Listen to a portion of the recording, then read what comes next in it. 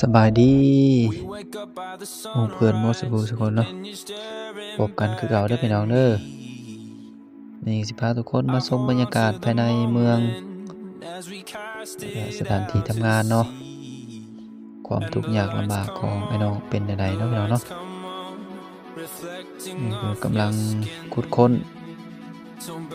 ทักแฮบ่อถ่านหินเนาะพี่น้องเนาะบ่อคำเด้อพี่น้องเด้อมาเบิ่งความทุกข์ยากลำบากของไอ้น้องระเบิดหินเด้อพี่น้องเนาะนี่ฝนตกจำเป็นต้องได้เฮ็ดเนาะเฮ็ดหน้าที่ให้ดีที่สุดเนาะพี่น้องเนาะพากันเฮ็ดเต็มที่กินข้าวกลางสายฝนพี่น้อง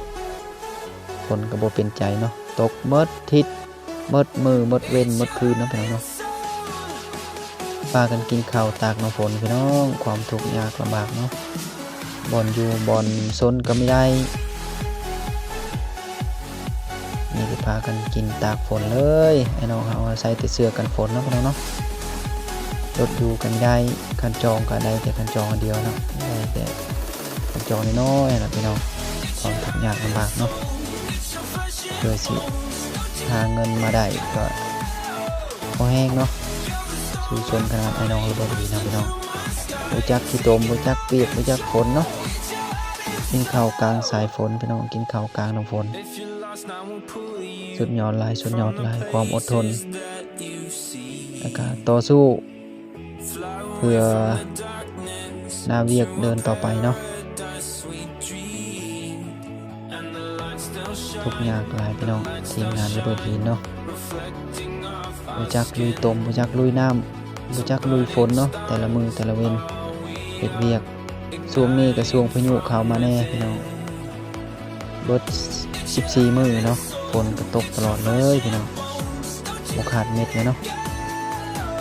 มีแต่ขี้ตมลุยน้ำแต่ละมือ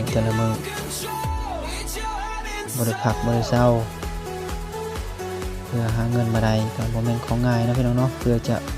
เอาเงินเข้ามาใช้ได้สุดยอดหลายไอ้น้องครับสู้บ่มีถอยเนาะบ่จักแดดจักฝนเนาะยามร้อนและแดดเนาะพี่น้องเนาะทั้งขี้ฝุ่นทั้งแดดบุเข้าไปเนาะอันฮอดยามฝนมาบ่จักขี้ตมบ่จักเปียกบ่จักน้ำบ่จักจังเนาะหาบอนกินข้าวก็ยากหาบอนพักเสาก็บ่มียามแล้งก็ใครแน่เนาะพี่น้องเนาะยามเดือน4เดือน5พื้นที่มันก็สะดวกสบายนี่น้องสู้สนขนาดเลยพี่น้องสู้สนขนาดเลยลุยน้ำทมหูระเบิดทมหูเจาะสุดยอดเลยใส่แต่เสื้อกันฝนกับกระโบกนะพี่น้องเนาะความสู้สนความอดทนของทีมงานเฮาถือว่าสุดยอดเลยหาบอนเทียบบ่ได้แล้วเนาะความลำบากความทุกข์ยากความลำบากนำเลิกสำใดก็ได้ลุย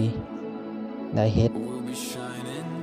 เพื่อให้หน้าที่ให้ดีที่สุดเนาะขอบใจหลายๆเด้อพี่น้องเด้อขอบใจหลายๆบ๊ายบายเนาะ